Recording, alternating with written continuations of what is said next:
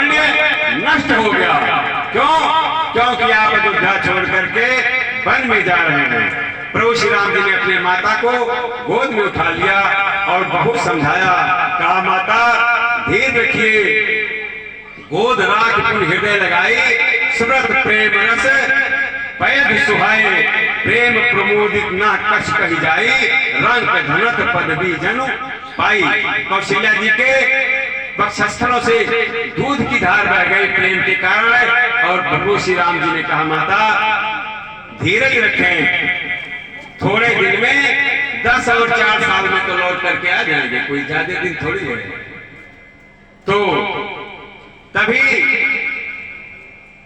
परम्बा जानकी जी आ गई और जानकी जी प्रणाम किया, माता जी का पैर छुआ, अपने पति का पैर छुआ और सामने जमीन पर बैठकर अंगूठे से जमीन को क्रोधने लगी।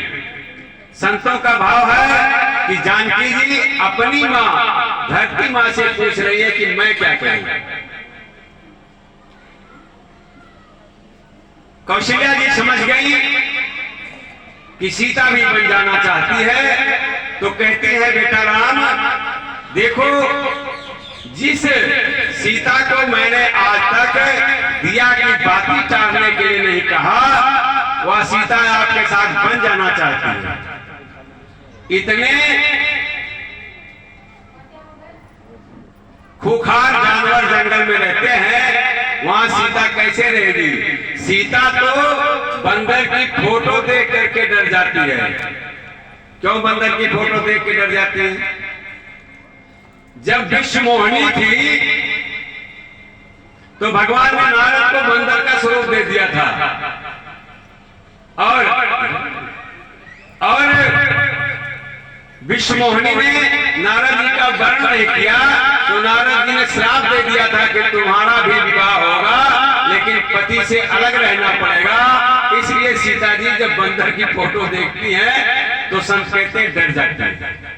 कौशल्या जी ने कहा कि बेटा राम, जो सीता पृथ्वी पर जिसको मैंने चलने नहीं दिया कि ये जमीन कठोर है, कठिन है, वह सीता मार्ग में जंगल में कैसे जाएगी? इसलिए आप क्या कहना चाहते हैं? बाबा तुलसीदास जी लिखते हैं, पलंग पीठ तजीबो गहिलो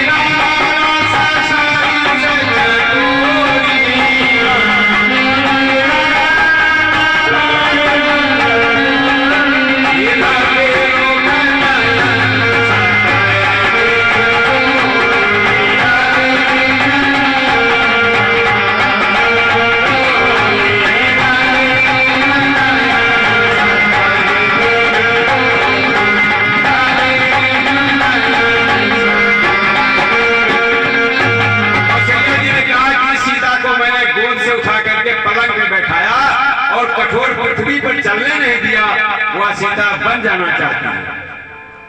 आप क्या कहते हैं? ले जाएंगे? जो चंद्रमा की किरण से प्रभावित हो जाती है वो सूरज की गर्मी को कैसे बर्दाश्त करेगी? सूरज को आंख से देखा जा सकता है। राम वन में बैठे बड़े बड़े राक्षस है, शेर, चीता, भालू, भेड़िया, जहरीले जानवर है, रास्ते में पत्थर, पहाड़, कटीले रास्ते हैं। राम सीता वन में कैसे रह पाएगी? राम जी ने कहा सीते तुम वन में मत चलो, माता की सेवा करना, घर में रहना, आपन मोर नीक जो चाहो, वचन हमार मान गृह रहो। राम जी ने सीता जी से कहा अपना और हमारा दोनों का भला चाहती हो मेरा वचन मान करके घर में रहो। यही के अधिक धर्म नहीं दूजा, सादर सास ससुर पद पूजा। राम जी ने कहा सीता जी से कि सास ससुर की पूजा करने से, सेवा करने से बड़ा कोई धर्म नहीं है, इसलिए घर में रहो। सीता जी ने कहा प्रभु आपके बिना घर घर नहीं है, शमशान जैसा है।